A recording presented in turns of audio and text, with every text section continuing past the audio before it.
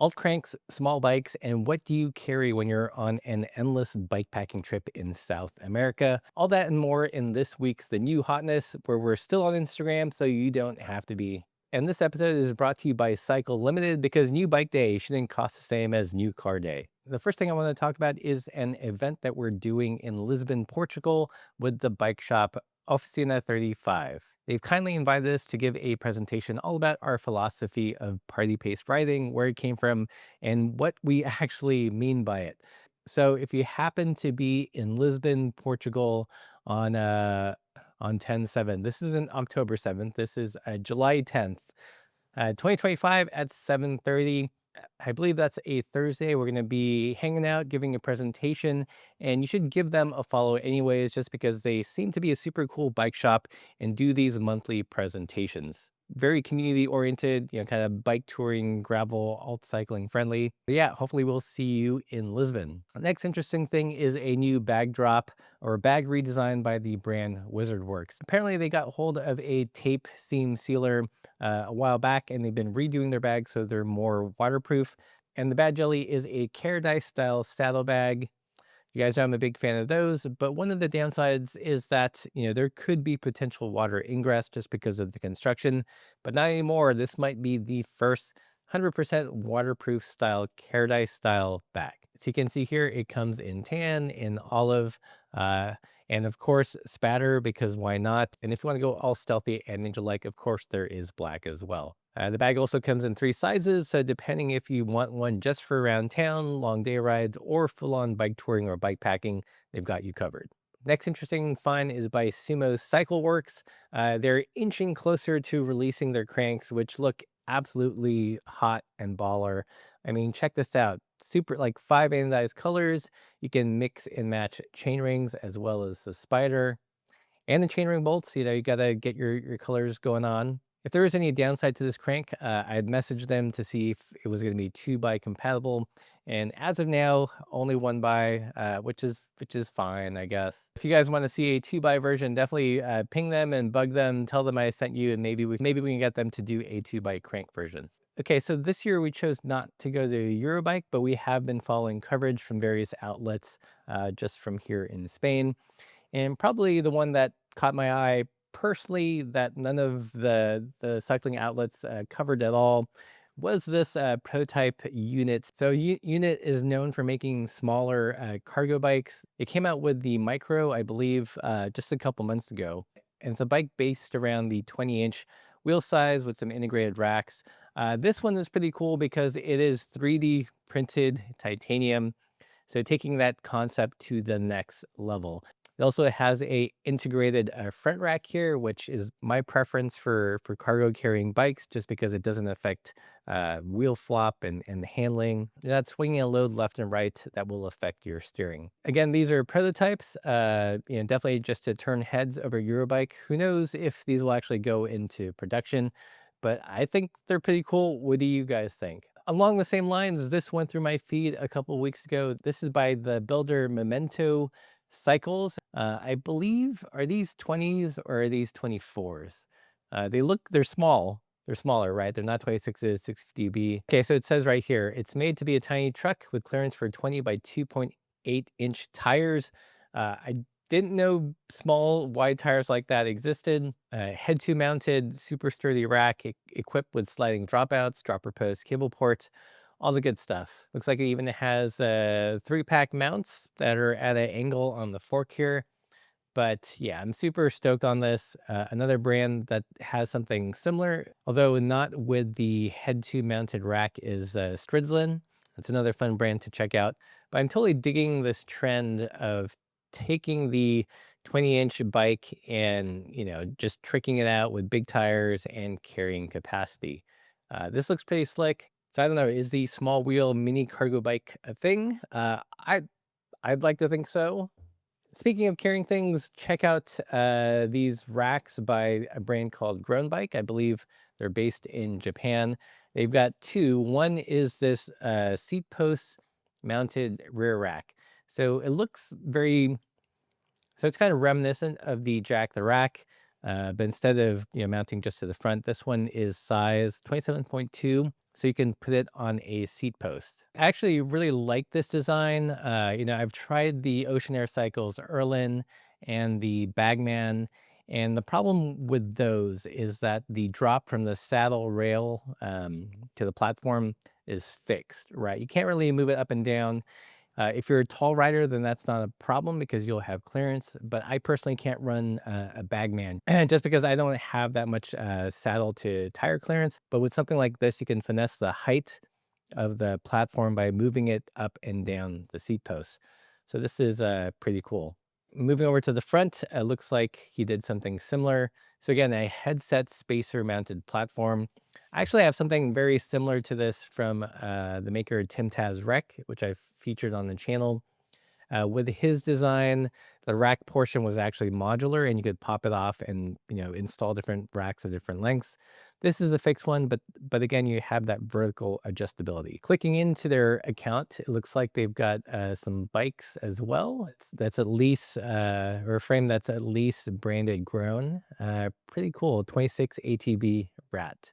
I'm telling you that the Japanese cycling scene is so hot right now. And you know what else is hot is the sponsor of today's video, Cycle Limited. They're having an awesome 4th of July mega sale. So limited time, you get $200 off already pretty affordable bikes. Because again, these are used, but they're pre-certified. They're looked over by their mechanics. So you know that you're getting an actual rideable bike that's not like a scammy Facebook marketplace build. So my pick of the week in the gravel bike category in my size, because it is my channel, would actually be this one. This is a Niner BSB 9 RDO cyclocross bike.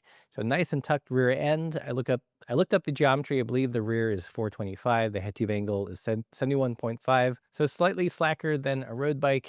Not as progressive as like modern gravel geometry, but it's still pretty good. This could be your one and done road bike and gravel bike. A couple cool things about it is that it's been looked over by their mechanics, some cosmetic scratches on the cranks and stuff, but it looks like it's in pretty good condition.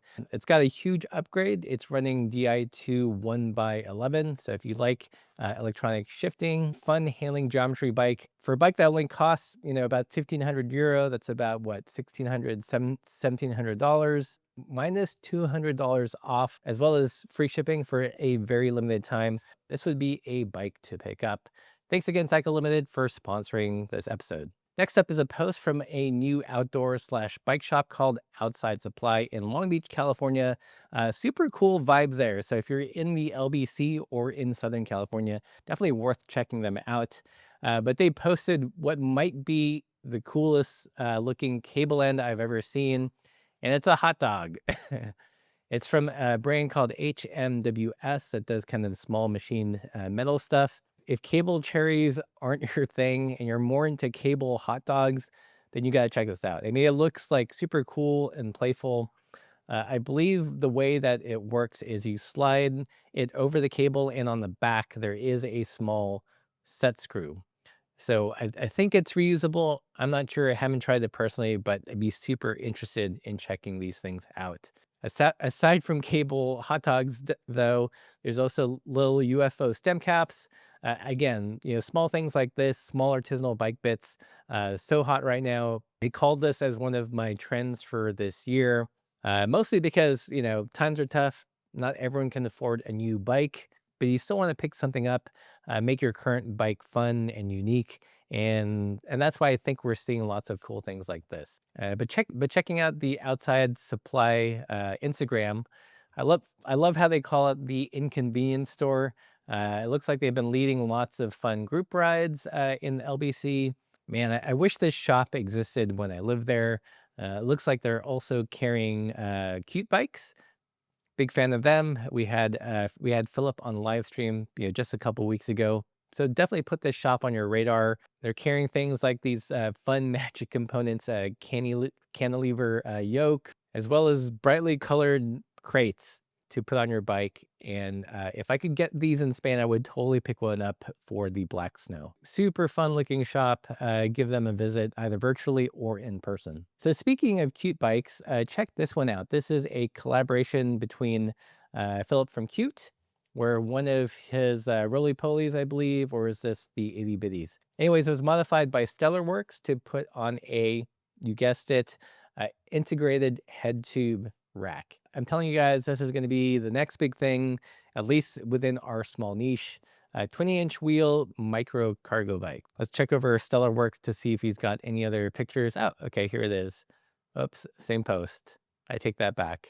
Anyways, give Stellarworks a follow, and cute if you haven't already. Next one is Blue Lug, and this might be a master class in how to install a front rack. If you struggle with mounting things like a little small little Nitto rack, check out how they do it. Okay, first you kind of align the tombstone, you mark out the stays, and then they go next level. Like I've never thought to do this, mostly because I don't have a vise, but you can hammer it into place. Of course, they shorten it, and then they use this really cool tool to round out the edges to give it that kind of nice, kind of beveled edge.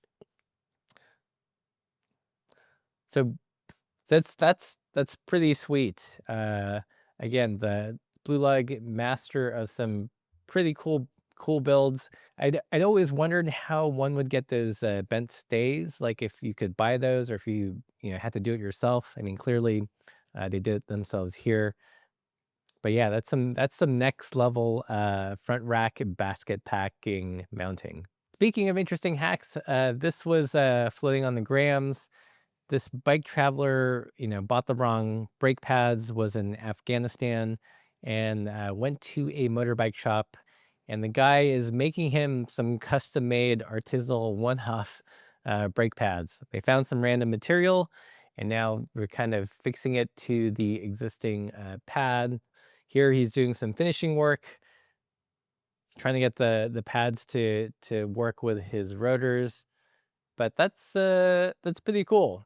Definitely a lot of resourcefulness out there, and cool to see you can find kind people like that on your travels in unexpected places. Let's hop over to YouTube. There have been a few interesting videos that have passed through my feed. Emma from WizardWorks is a fan favorite in our Discord, and in this video, she is talking about her background and how she got into frame building, as well as sharing lots of great tips. Some pretty granular things like which tube bender to get if you want to bend your own racks. She's known for making some pretty elaborate racks, as well as a whole rundown on which tools you should get if you're starting out frame building. So so blocks to hold tubes, you know, a nice set of files, you know, which software to use to design your frame, and how to print out templates so so you can cut and miter the tubes correctly. If you've been curious about the brand Wizard Bikes or just frame building in general, you should definitely check out her channel, subscribe, and learn about frame building. Lastly, if you're like me, you probably follow Ryan Wilson or RM Dub on Instagram. Always epic photos of bike packing throughout South America and the world. I think he's a bit of a foreign correspondent for the Radavist. Here he is talking with David Travelli, one of my favorite bikepacking YouTube channels, just because of his really dry sense of humor. And this video is great. It is an hour and 47 minutes long, and it's just like a complete bike nerd out from people that have traveled the world or are traveling the world by bike. So they get super granular into the gear, as well as like the dodgy experiences they've had on the road. They share things about how they pack, why they pick certain things, as well as camera gear. Super duper long form, but a fun listen. I was listening to it while I was working on my own bikes. It's really cool to hear about their experiences. David Travelli also has another video, a more recent one, and it's this one. It's kind of a what I pack for a world bike tour, and it's pretty hilarious. It'll give you a good sense of his sense of humor. He does it very reluctantly, you know, showing all his stuff.